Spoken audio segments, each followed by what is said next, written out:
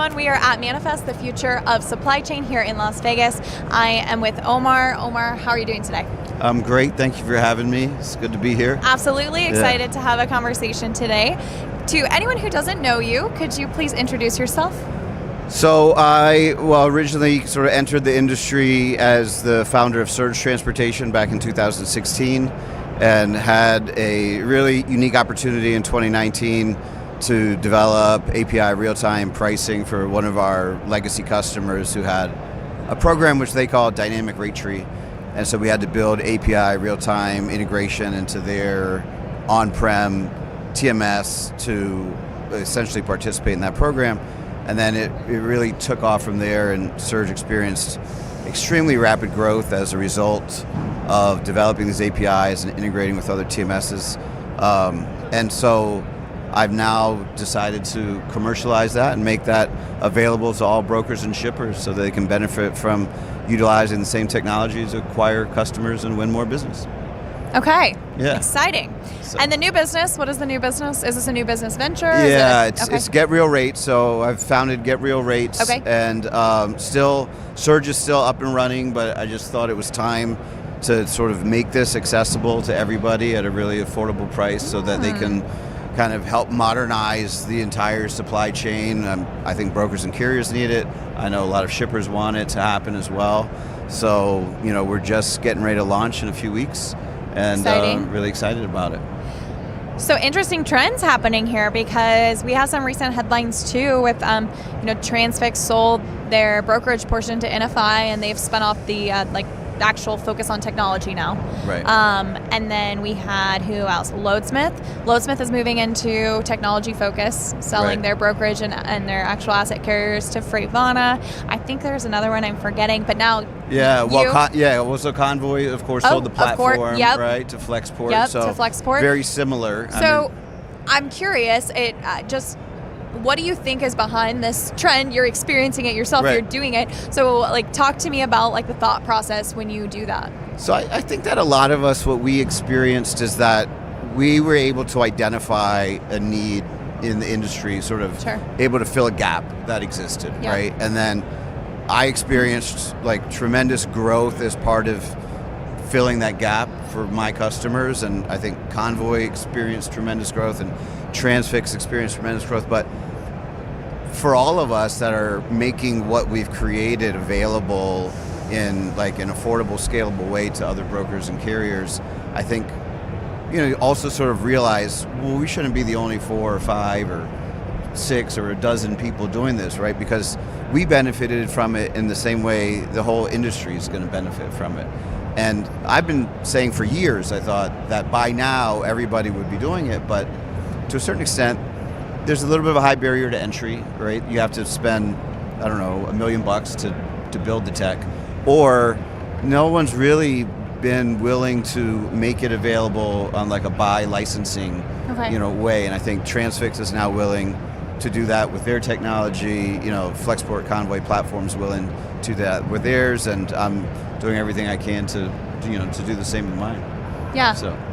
Okay, and so what exactly is Get Real Rates? Talk to me about the solution that you guys are focused on. You mentioned, obviously, the API rating. So talk to me more about that. Let's get some more details on API rating. I'm familiar with it. You said 2019, which is that was when it was pretty early on, I think, still new on the scene more, because I came into the space in 2019, actually.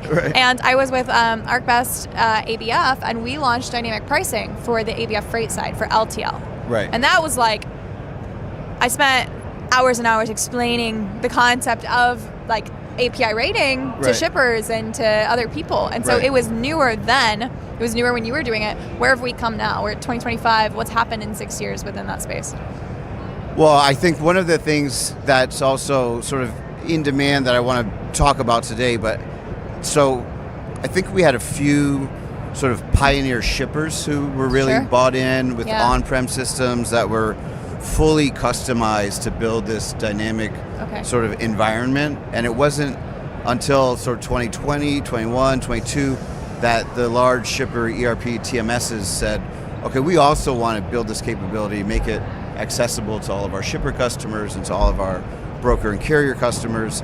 And so I think back then you had a few key players, which were, Uber Freight, and then LoadSmart, sure, and Convoy, and one of the other early fours, right? And I feel like Surge was kind of like in wave 2 of that. Okay. So you had a few brokers doing it, and you had a few shippers customizing an on-prem TMS to where now I think all of the major shipper ERP TMSs they have it enabled, and they're trying to make it almost a new way of doing business, or a new part of a routing guide and a new part of procurement, but still enough people aren't participating, right? And so that's the TMSs are on board, shippers are on board, and it's like, who's going to now make this accessible to, in theory, all 20,000 brokerages, right? Sure. And all of their offices and all of their reps and the 300,000 motor carriers. I remember this being talked about, I think it was 2 years ago now,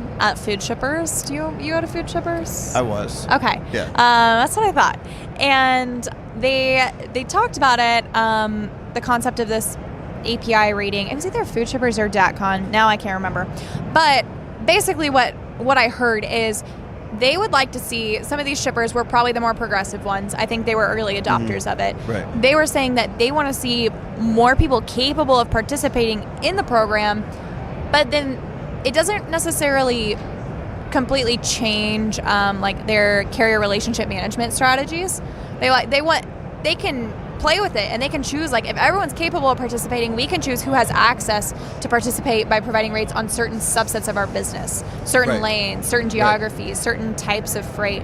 And so it's kind of like right now, I feel like if not everyone's participating, you're missing out on opportunities, I'd imagine, on the brokerage side, but the shippers are too, because they don't have their full network represented, and they're not really able to like play with these filters across the whole of their partnership base.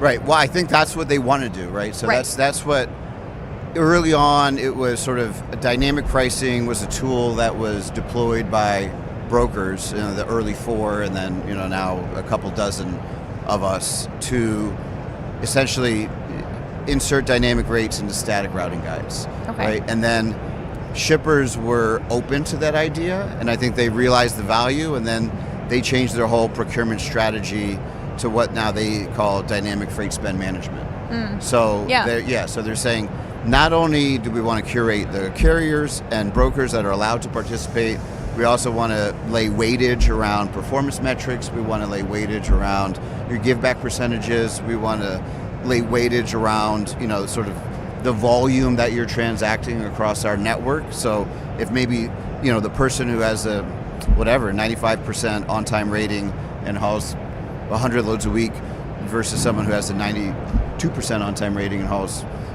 whatever the number is that makes sense for that shipper, they can just automatically select based on that. So they're curating their base, and then they're also able to say, there's a certain section of our business in which we want to play the market, and when the market's soft, we want to save money. When the market's tight, we want to secure capacity faster.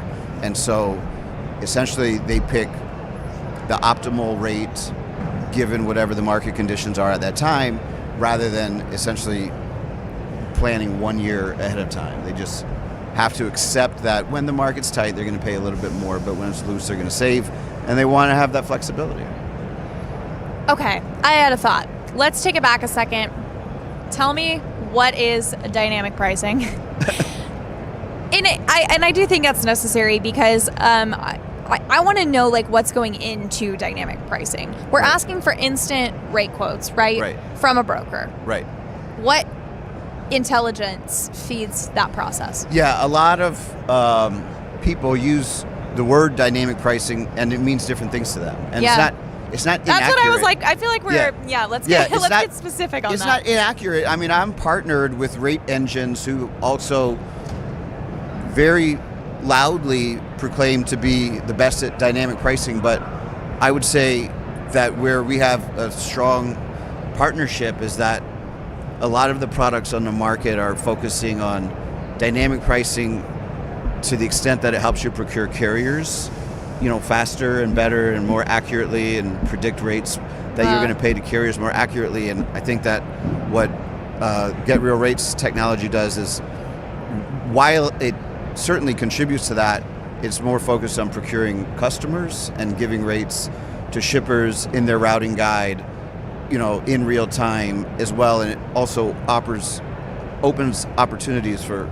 customer procurement when they find out that you're able to participate, in this dynamic freight environment that they want. But so for me, dynamic pricing is, or forget real rates, well, you can consume whichever rate engine's rate you want, right? Which is sort of aggregate anonymous information. If you say you should be paying whatever, $1,000 from Newark to Chicago, if that's what the rate engine says, whichever one you want to use. And then to me, dynamic pricing lays the operational rules around that, which, on an aggregate situation, I should pay $1,000, but what if it's short lead time?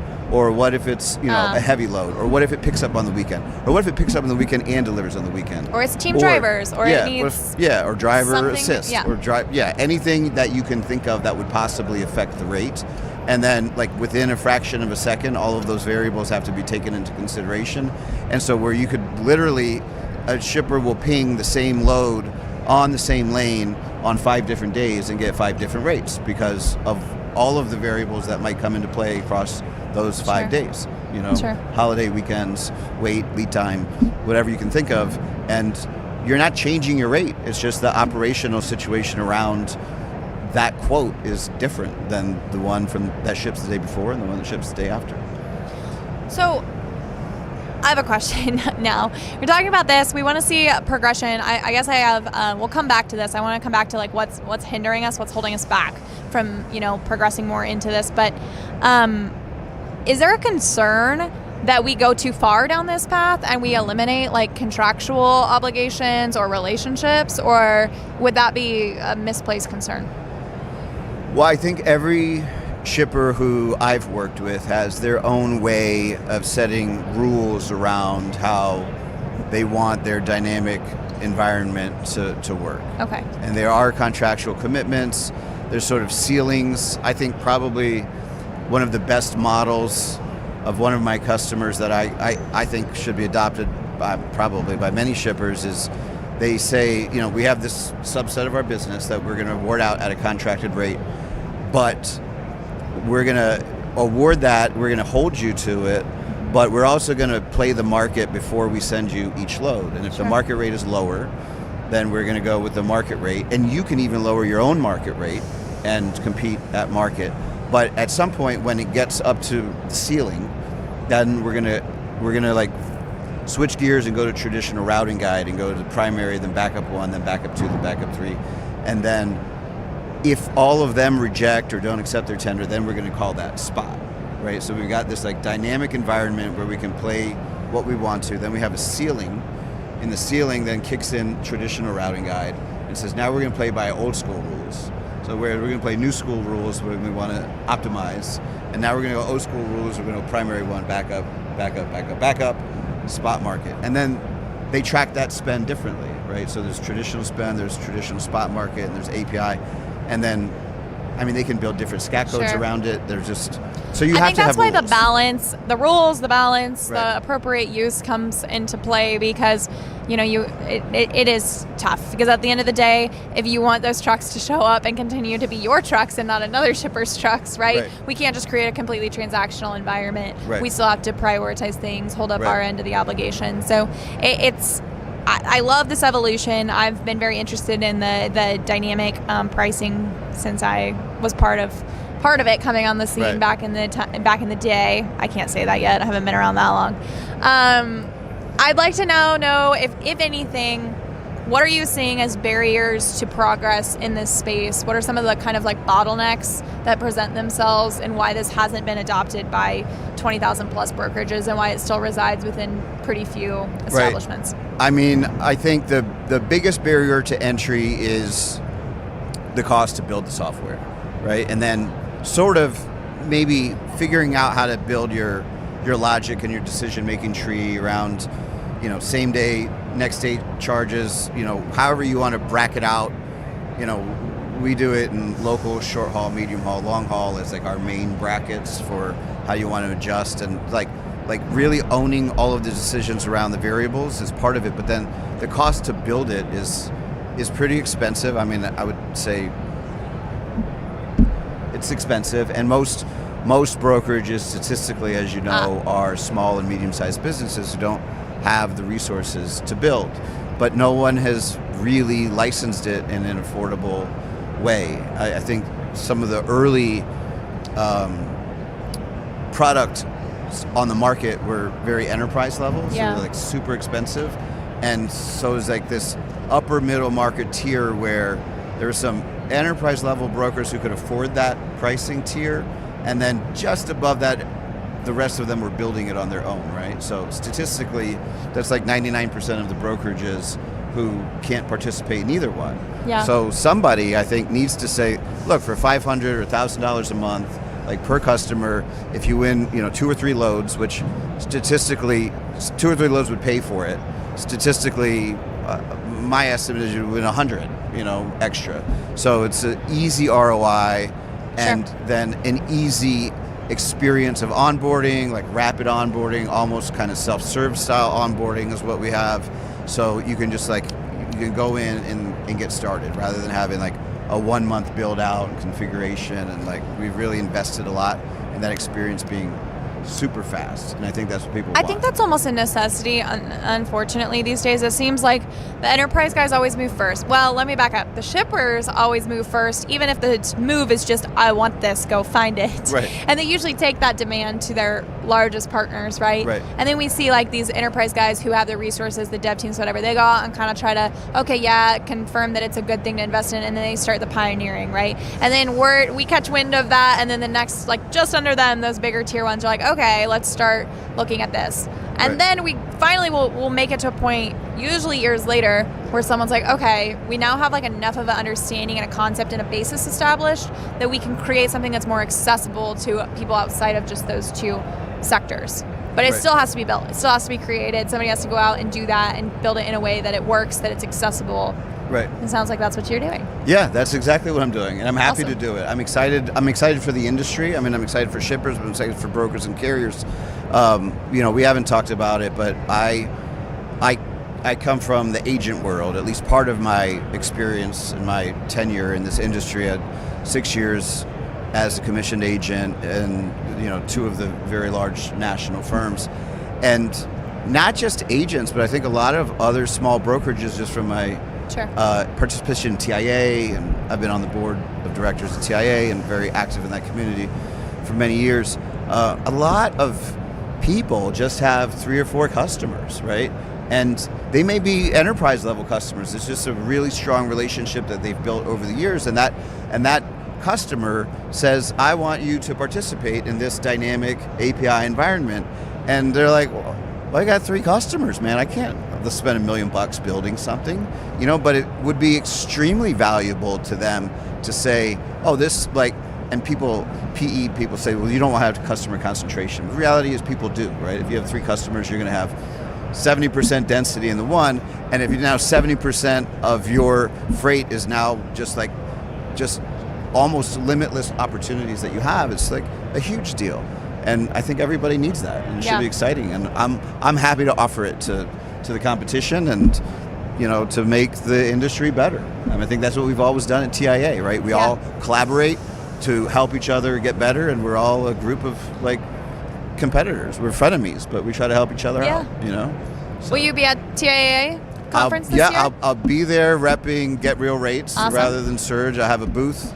And when is that? What are our dates on that? It's the first week of April. Okay. I want to say 7th to 10th or something. Coming up pretty soon. So we are running out of time today. However, Omar would love to talk to you, I'm sure, because it sounds like he has a lot of cool things going on. He is on LinkedIn, active there, so you guys can send him a connection request. Find him there. Also, check out Get Real Rates and their website. And if you're going to be at TIA, make sure you find him, talk to him more about what's going on. I may be there as well. I haven't thought that far ahead, to be honest. I need to start planning farther in advance. But thank you so much for coming on the show today. It was great to have you. Yeah, thanks for having me.